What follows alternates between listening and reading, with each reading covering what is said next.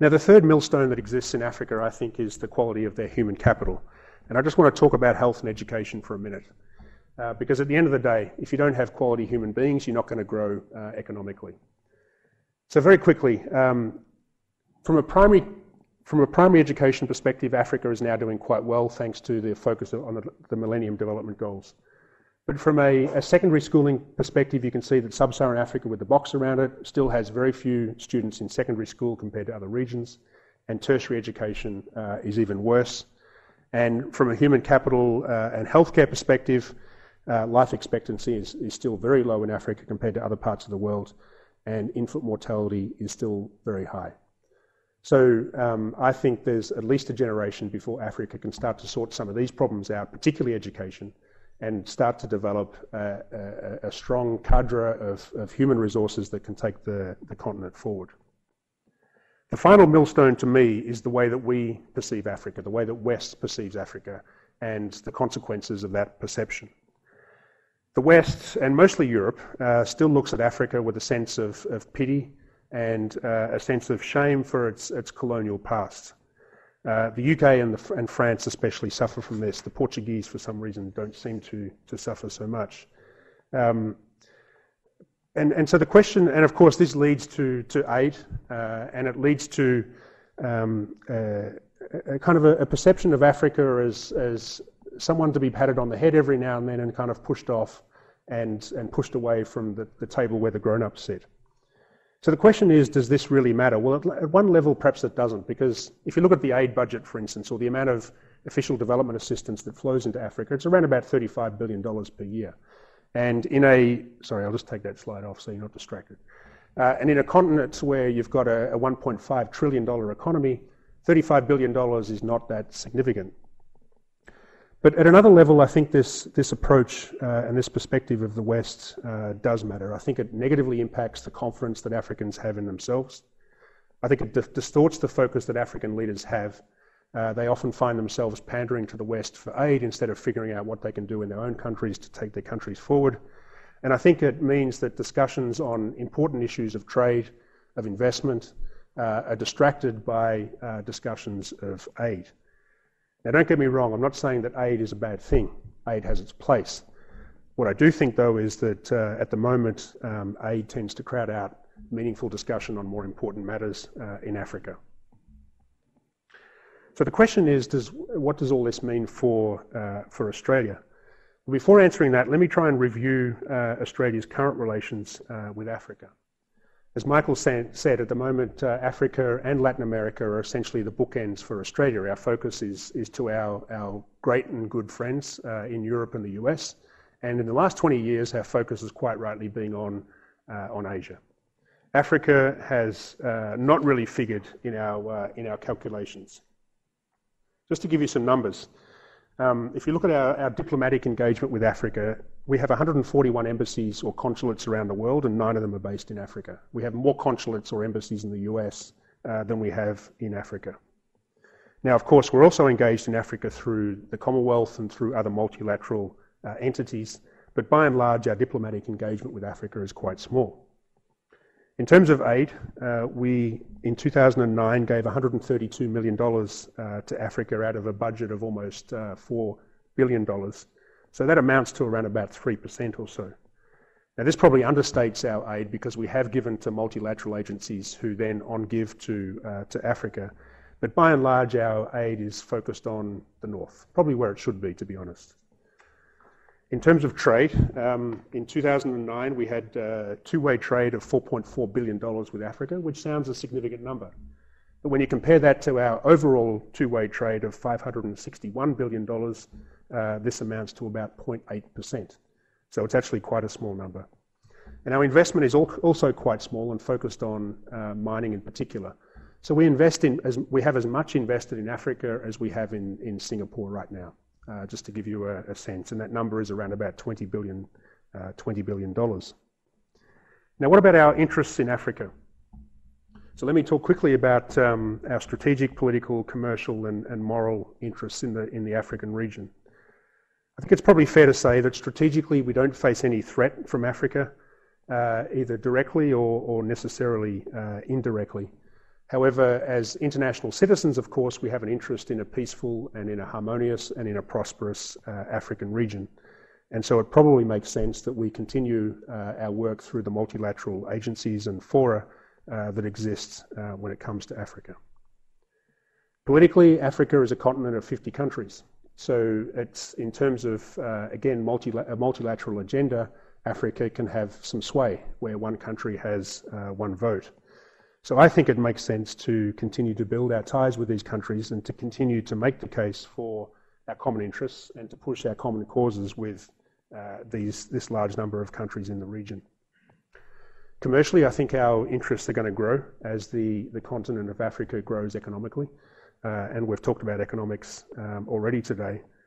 And then morally, I think Australia has always been a good international citizen. We're a nation with a proud history, I think anyway, of supporting progressive causes and opposing causes that are not progressive. And so I think we have an interest in continuing the improvement of the human condition in Africa. So we have a number of interests there. My own personal view is that what we should try and forge with Africa is a partnership of opportunity. A partnership that provides opportunity to Australians as investors, and a partnership that provides opportunity to Africans in terms of employment and in terms of education, principally. Now, this partnership has to be limited because our interests in Africa are quite small when you compare our interests in other parts of the world.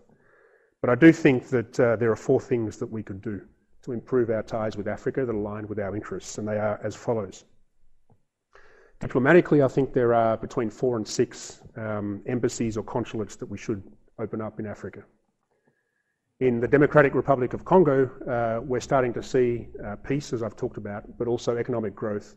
And the DRC is the place where most mining interests exist. So I think it makes a lot of sense for the Australian government to have an embassy in Kinshasa. Lagos, Nigeria is one of the largest cities in the world and one of the fastest growing cities in the world. We have an embassy in Abuja, the capital, but we don't have a consulate in Lagos, and I think we could do with one. Accra, Ghana was called the Gold Coast and really is still the Gold Coast, I think, in many minds, because Ghana is one of the best organized countries in Africa. It's growing very well. It's a serious country of 20 million people, and we should start to engage more deeply with the Ghanaians. And then Senegal, Dakar, the capital of Senegal, is really the gateway to Francophone Africa. And I think we should be doing more to engage with that part of the Western continent. We might also consider outposts in Angola and Tanzania, 2 medium-sized countries which are growing quite well. Now, the second area is probably the area that most appeals to us, and that is the area of commerce and investment. And there's a number of sectors that we should be looking at. Mining is the first. Just to give you an idea of the opportunity in Africa, Oxford economist Paul Collier has written a very interesting book that talks about natural resources, and he says that there are around about $23,000 per square kilometre of mineral deposits in Africa that have been discovered, versus $114,000 per square kilometre in other parts of the world.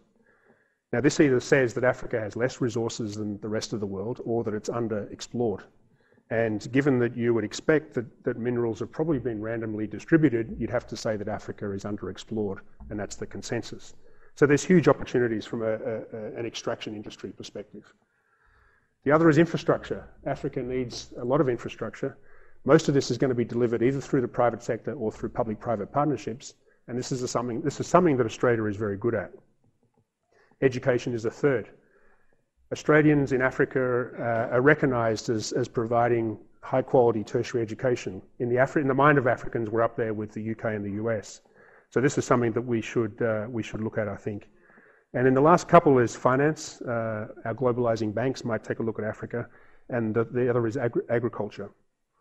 Africa has 60% of the world's uncultivated but arable land, 60%, which is a large number. And that suggests that most of the growth in agribusiness is going to be in Africa. Australians should take a look at it, given the expertise and experience that we have. The third issue is trade. You know, Australia has a very proud record of advocating for free trade, and in our leadership in the Cairns Group, we've done a terrific job of putting the issue of free trade in agriculture on the agenda, much to the disgust of the Europeans, the Americans and the Japanese.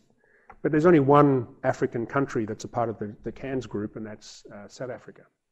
Given the importance of agribusiness in the African economies, I think Australia could win a lot of friends by inviting other African countries into the CANS group, and also provide that group with more weight on the international scene. And then the last area that I think we should look at is the area of aid. We are increasing our aid to Africa, and I think that is fundamentally a good thing. But I do think that our interests are in Asia, and it makes sense for most of our aid to go there. However, the last thing I'd like to see Australia do is become another part of the alphabet soup that exists on the African continent when it comes to aid. We need to find a way to focus on genuine results and to focus on areas where we have a comparative advantage, and I think there are two. The first is education. I talked about that a little earlier, but this is, in higher education especially, Africa needs a lot of resources. Australia has a comparative advantage in providing higher education, and higher education lends itself to Chinese-like aid. What do I mean by that? Well, I mean that in China, the fundamental trade-off is the provision of infrastructure by the Chinese for access to mineral resources.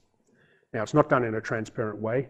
It's not necessarily best in terms of the outcome for Africans as a trade, but in terms of tangible results on the ground, this is having a dramatic impact. The Chinese are building roads, they're putting up ports, they're putting up hospitals, and it makes a dramatic difference. I think we could do something similar in higher education. The other area is climate change. You know, Africa is very much like Australia. It's a dry continent, it's a large continent, and it's probably going to face similar challenges from climate change as those that we're going to face. So I think we both have an interest in working towards solutions to climate change. We're both going to find similar impacts to climate change, and so we both have an interest, I think, in working together to identify some solutions. So let me conclude. So I think at this time of Africa's 50th anniversary, there's good reason to be cautiously optimistic about Africa. It's growing. I think Africa is a part of this general historic shift in terms of economic growth from the Atlantic countries into the Indian and the Pacific Oceans. Africa is becoming more peaceful, democratic, and free. But I don't think it's the next big thing quite yet. I think it has to find a way to find an extra 3 to 5% of growth in terms of GDP per capita before we can really say that Africa is going to be the next big thing. But having said that, I do think that Australia needs to take notice of Africa. And I think that we can do some things in terms of strengthening our diplomatic ties, advancing our commercial opportunities in Africa, bringing Africa into the CANS group, and becoming more focused and impactful in terms of our aid. So it seems to me that the lions of Africa, as they say, are starting to stir. They're probably not stirring as quickly as the tigers of Asia, but I do think they represent an opportunity for us, for Australia, and it's a part of the world that we need to start to take a notice of. So thank you very much.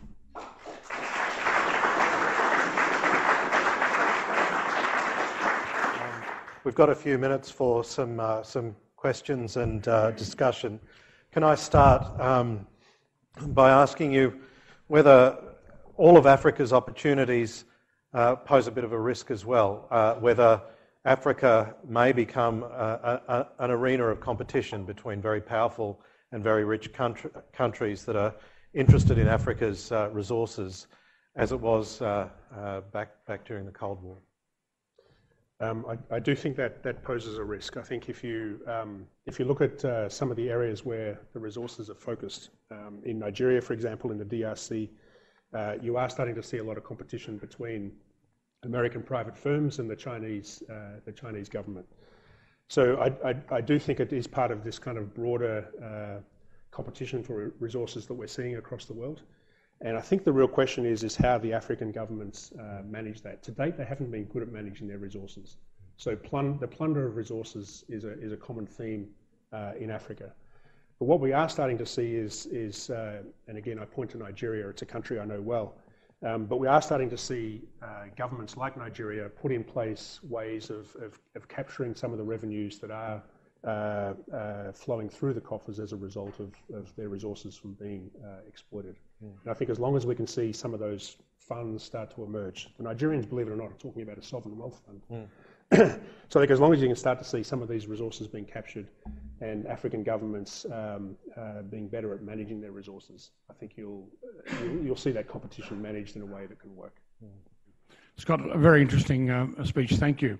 I've been to South Africa, and I was quite struck, and this is a few years ago now, struck with the anti-Australian attitude in South Africa and a lack of interest in having educational institutions from overseas in South Africa. Yeah. And one young girl at this well-known university here in Australia called Bond University's campus over there said to me that she had no confidence in the institutions of South Africa. This degree was essential. So in that context, what is the attitude to foreign investment and also in the context of education? And the other observation I'd made was that this would be a bit of a law and order issue, and given it's so many different nations, it's clearly not homogeneous. Is that a challenge? You know, South Africa have been the competent country on the continent for so long that I think they have some right to kind of think they know about how Africa should be governed and should be managed. But education in South Africa is actually extremely poor, believe it or not. You know, South Africa does very well in many respects, and it's almost like it is a different part of the African continent. It's like Europe in Africa to a large degree. So it's very different from the rest of the continent. But the one area where they're really poor is in education, particularly primary and secondary education. They have some terrific universities in South Africa, but there are very few of them. So I'm not surprised that you came across this girl from South Africa who came to Australia to experience what I think is a much better tertiary education system than what they have there. In terms of Africa generally, I mean, Africa is extremely interested in partnering with outside organisations and countries that come with the right approach and the right attitude. Not an approach of we know best, but an approach that says let's sit down together and figure out what we can do together that advances both of our interests. So I think as long as Australian tertiary institutions, for example, were to take that approach in Africa, then they'd find a lot of receptivity. Maybe not in South Africa, because that's a very different kind of mindset, but certainly on the rest of the continent. To your issue of law and order, it's a very broad question, and it really does vary from country to country. As you'd expect, the bigger countries like Nigeria, for example, the Democratic Republic of Congo, where you've got 80 to 150 million people, law and order is a big issue. If you go to smaller countries like Senegal, like Ghana, Kenya to a degree, Tanzania, they're smaller countries, easier to manage. Law and order tends to be less of an issue. So it really does vary from one place to the next. Kevin Hobgood-Brown from Sino Resources Capital. Thank you, Scott. And I applaud your recommendations, particularly the recommendation to expand and deepen our diplomatic ties with Africa, because I think that leads to many of the other recommendations that you suggested. Many of us have been beating the drum for many years on greater engagement with Francophone Africa, and it just doesn't seem to get currency in Canberra. And of course, we're a society where we have fewer resources to spend diplomatically around the world anyhow, so we've seen DFAT cut back. Do you have any suggestions as to how we galvanize the kind of public support here in Australia to enact those kinds of developments that you're suggesting? That's a good question. I think the story needs to be told. So somehow or other, the story that Africa is growing, that it represents opportunity for Australia, that story needs to be told. I think as Australians, we're pretty hard-headed. I think that if we see an interest, if we see something in it for us, then we'll have a reason to kind of engage and to partner with other parts of the world. So I think as long as we can get that story out in some way, shape or form, and I guess it's through the media.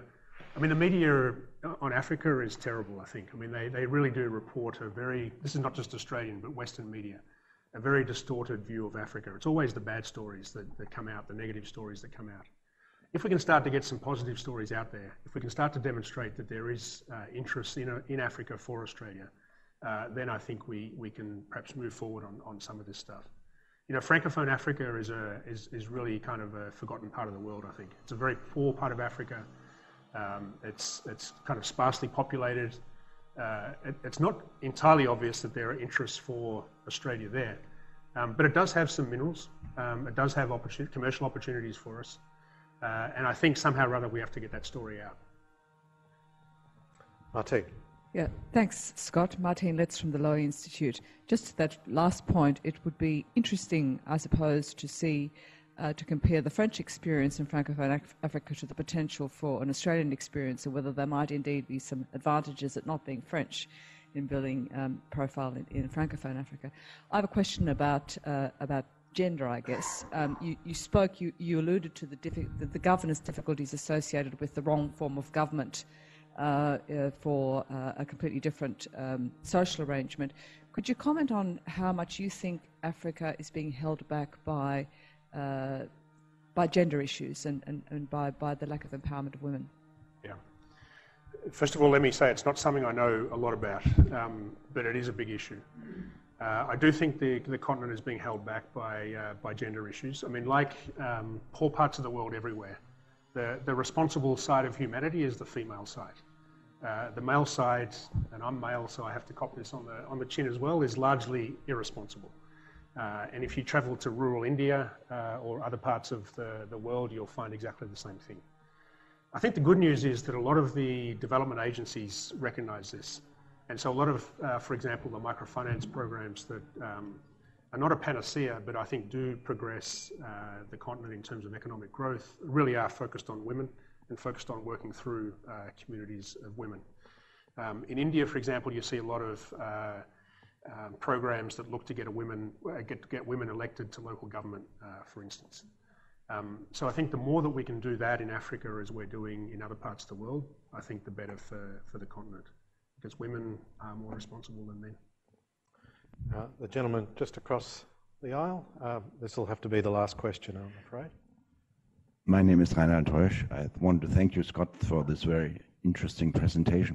I have a question. There had been this long debate about an African country becoming a permanent member of the Security Council of the United Nations, and because it's not represented as a permanent member on the security, no African country is.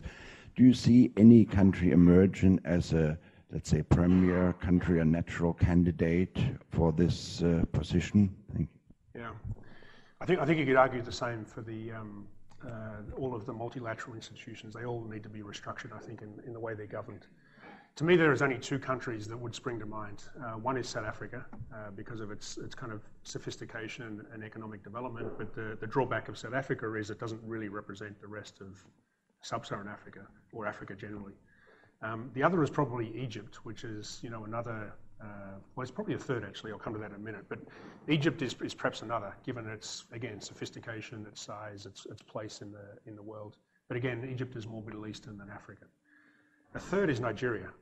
That's probably the most obvious candidate, actually. Nigeria is around about a quarter of the population of sub-Saharan Africa.